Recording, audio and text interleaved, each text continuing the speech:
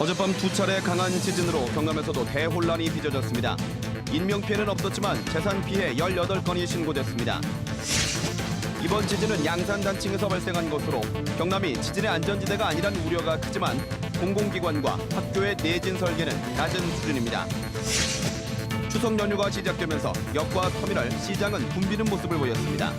귀성길은 내일 낮 동안 정체가 예상됩니다. 1인 가구 증가로 나홀로 명절에 맞춘 각종 선물과 명절 음식, 여행 상품 등이 인기를 끌며 명절 풍속도 변화가 나타나고 있습니다. 안녕하십니까. 이어서 경남 소식입니다. 어제 저녁 경북 경주에서 일어난 두 차례 지진에 경남에서도 많은 사람들이 강한 진동을 느꼈습니다. 지진 당시 흔들리던 경남의 모습과 지진 피해를 박상현 기자가 정리했습니다.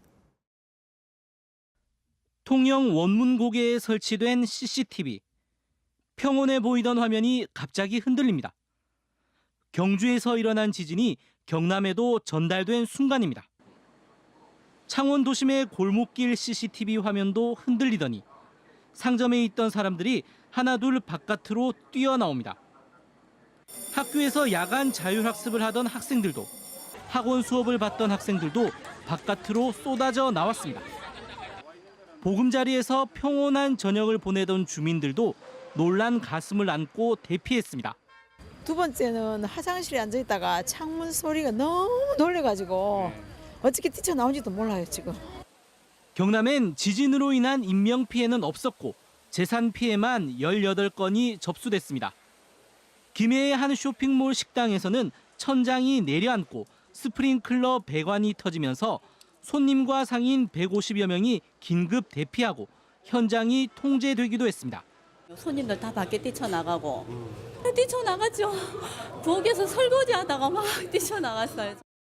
또 창녕 대안면 등 곳곳에서 주택에 금이 갔다는 균열 신고가 잇따랐고 엘리베이터 갇힘 사고도 잇따르는 등 갑작스런 지진에 경남 전역이 공포에 떨었습니다. KBS 뉴스 박상현입니다.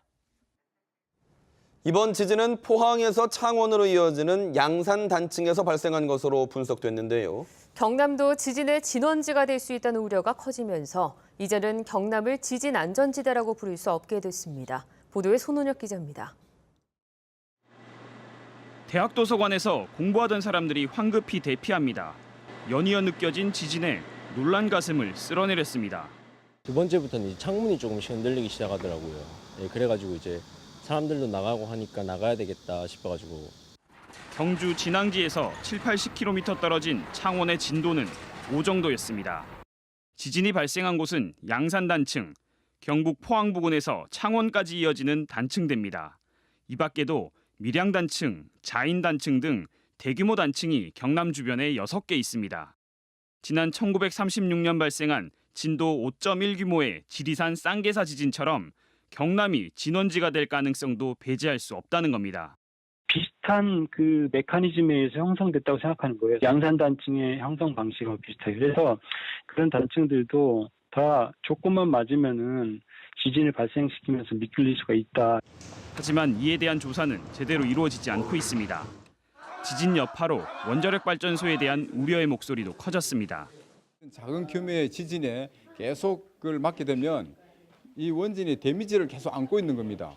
그런 가운데 7.0이 오게 되면 견딜 수가 없는 거죠. 경남과 연결된 단층대에서 발생한 지진 여파로 경남도민의 불안은 커져가고 있습니다. KBS 뉴스 손원혁입니다.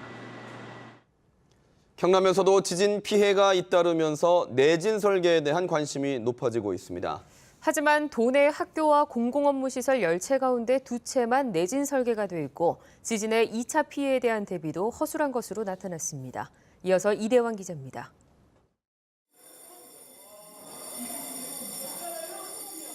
요란한 사이렌이 울리자 학생들이 일제히 비상계단으로 뛰쳐나갑니다. 갑자기 막 사물함 흔들리는 소리 나길래 장난인 줄 알았는데 계속 하길래 무서워가지고. 이 학교는 국내에 내진 설계가 도입된 지난 1988년 이전에 지어졌기 때문에 지진동이 건물에 그대로 전달될 수밖에 없습니다. 이처럼 도내 초중고학교와 공공건물에서 내진 설계가 된 곳은 각각 22.8%, 17.3%에 불과합니다. 경남 전체 내진 설계율 40.8%와 비교해도 절반가량에 그칩니다. 학교 시설들이 대표적으로 그 피난 시설이 됩니다. 내진 보강을 해라라고 하지만 그게 잘 이루어지지 않고 있는 거죠, 사실상. 무너져 내린 천장에서 물이 폭포수처럼 흘러내립니다. 지진 충격으로 스프링클러 배관이 파손된 겁니다. 3년 전 지어진 이 건물은 보와 벽 등 구조물에 내진 설계가 돼 있지만 가스 배관과 소방시설 등 이른바 비구조물에는 적용되지 않았습니다. 구조물 이외 시설에 대한 내진 설계는 지난 1월에서야 적용됐기 때문입니다. 가스관이 이제 터지거나 해서 화재가 났을 때 소방 설비가 그 작동을 해서 그 화재를 이제 막아줘야 되는데 소방 설비가 이제 그 중단되면 화재가 이제 커지게 되는 그런 우려가 있습니다. 현재 국내 내진 설계는 진도 6 규모 정도에 맞춰져 있는 상황. 기상청이 진도 6 초반까지 지진 발생 가능성이 있다고 한 만큼 내진 설계에 대한 전면 재점검이 필요하다는 지적입니다. KBS 뉴스 이전입니다. 다음 소식입니다. 민족의 대명절인 추석 연휴 시작을 하루 앞두면서 차례상 준비를 하려는 사람들로 전통시장이 북적였습니다. 터미널과 기차역도 이른 귀향길에 오른 사람들로 하루 종일 붐볐습니다. 보도에 김준원 기자입니다. 창원의 한 전통시장. 추석을 맞아 제수용품을 사려는 손님들로 북적입니다. 채소와 생선이 금세 양손에 가득합니다. 내일이면 만날 가족 생각에 저절로 미소가 나옵니다. 평소 흩어져 있다 명절이라고 이렇게 모이고 형제가 오늘 저녁에 다 모이고 할 건데 그 만날 생각하니까 기분이 좋습니다. 대목을 맞아 모처럼 몰려드는 손님 덕에 상인의 손길은 바빠졌습니다. 폭염과 콜레라 등으로 극심한 경기 침체를 겪었던 터라 오랜만에 웃음꽃을 피워봅니다. 많이 힘들었지. 여름 한지는 뭐 새로 있으니까 새값도 안 나오고 이렇지. 힘들도 좋고 손님 많아서도 좋고 그렇습니다. 기차역 대합실에는 고향으로 향하는 귀성객으로 가득 찼습니다. 공부 때문에 내려왔는데 이제 다시 고향 올라가니까 이제 친구들이랑 가족들 보면 기분도 좋고 이제 내려가서 이제 즐기려고 내려가는 거니까. 도로공사는 귀성길은 내일 오전 8시부터 오후 6시, 귀갓길은 추석 당일인 15일 오전 10시부터 밤늦게까지 차량 정체가 가장 심할 것으로 예상했습니다. 또 창원에서 진주 방면, 진주에서 부산 방면 이용 고객은 남해고속도로 본선이 막힐 경우 남해 1지선 산인 창원 구간을 이용할 것을 당부했습니다. KBS 뉴스 김준원입니다. 최근 1인 가구의 비중이 갈수록 커지면서 명절 풍속도도 크게 바뀌고 있습니다. 명절 선물이나 음식, 여행 상품도 1인 가구 수요에 맞춰지면서 이른바 나 홀로 명절 분위기를 더하고 있습니다. 정유진 기자가 보도합니다. 추석을 앞둔 한 백화점. 추석 선물을 고르는 사람들로 붐빕니다. 이맘때면 을에 등장하는 커다란 선물 상자들 사이로 조그만 선물 세트들이 눈에 띄게 늘었습니다. 1인 가구를 위한 상품들입니다. 1인 가구가 늘어나는 추세다 보니까 그 과일 같은 거 많이 사가더라도 드실 수가 없고 하니까 아무래도 소포장이나 작은 제품들이 제법 나가는 것 같습니다. 편의점 업계는 홀로 명절을 보내는 고객을 겨냥했습니다. 이번 추석부터 전국에서 판매되기 시작한 편의점 도시락입니다. 보시다시피 오곡밥이나 잡채, 전 같은 명절 음식들로 메뉴가 구성돼 있습니다.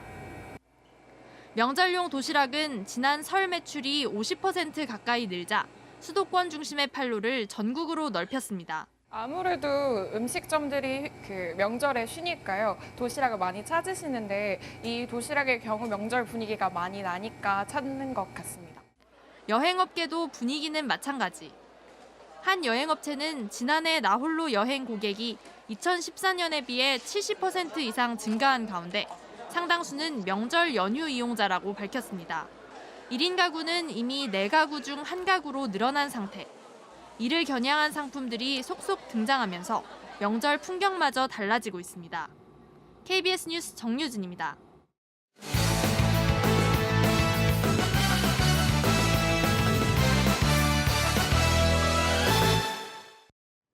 주요 단신입니다. 거제시가 콜레라에 대한 불안감이 해소될 때까지 자체적으로 해수 검사를 할 방침입니다. 거제시는 지난 8일과 9일 이틀 동안 대게마을과 대게항 방파제합 등 4곳의 해수를 채취해 콜레라균 배양 검사를 한 결과 음성 판명됐다고 밝혔습니다. 거제시는 질병관리본부의 발표 이후 불안이 커지고 있어 주 한 차례 이상 5곳 이상에 대한 해수 가건물을 채집해 검사할 예정입니다.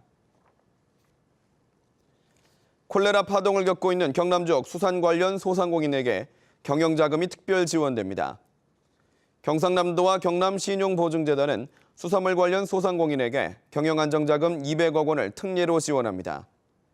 지원 한도는 업체당 1억 원 이내며 보증료는 연 0.5%로 감면되고 신청 금액 3천만 원 이하에 대해서는 약식 심사를 통해 신속한 보증 지원이 가능합니다.